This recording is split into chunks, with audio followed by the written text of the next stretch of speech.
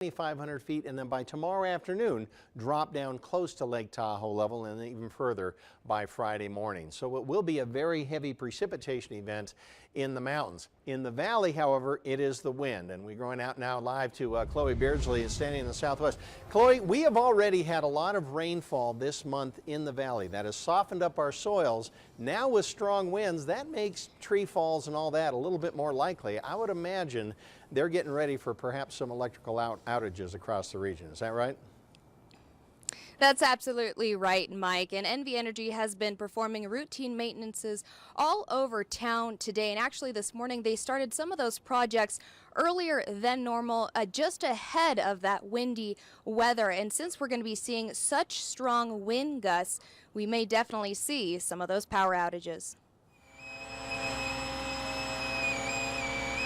All is calm now before the storm that's expected to bring sustained winds as strong as 30 to 50 miles per hour with gusts over 60 miles per hour on the valley floor.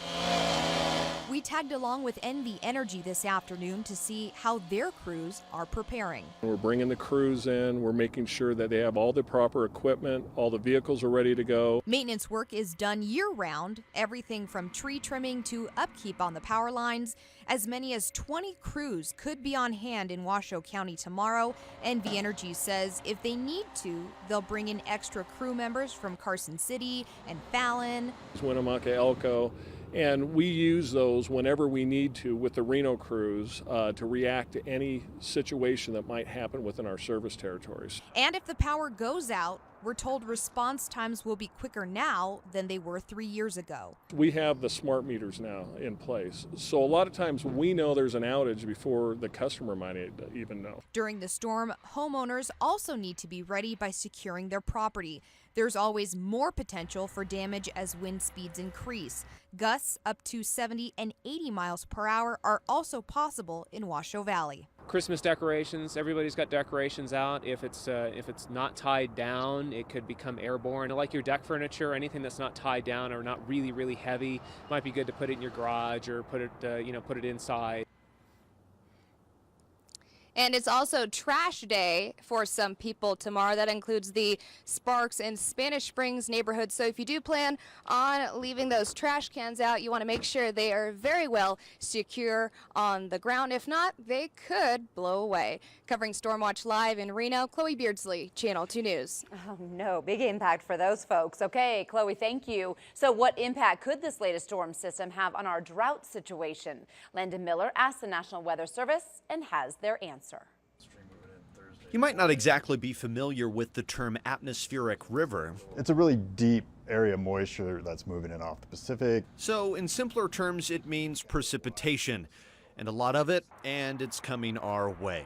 It's been a few years since we've seen a storm of this magnitude. It's a big storm, but it's not really a historical storm. Meteorologist Brian Brong with the National Weather Service says this storm will bring some of the highest winds we've seen in a couple of years. The last one probably of this magnitude was back in December of 2012.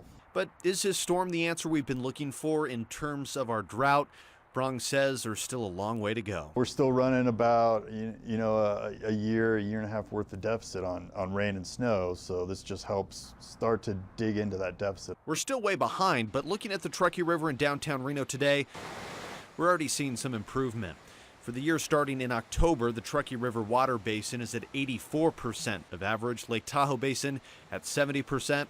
And they say you can bet those numbers are going to be much higher come next week. But it's not certainly going to be something that's going to, end the drought overnight. Covering Stormwatch, Landon Miller, Channel 2 News. And with this storm coming in tonight, the Washoe County School District is reminding the community about transportation and safety procedures. The school district will determine if school is canceled or delayed by 5 o'clock in the morning. And the district will communicate this in various ways, like telling us here at Channel 2, and we'll have those closures and delays on Channel 2 News this morning. And please remember, Channel 2 News is your source for Stormwatch continuing coverage when severe weather impacts northern Nevada and the Sierra. When we are not on the air, you can get the latest Stormwatch coverage on our website, KTVN.com, and on our Facebook and Twitter pages.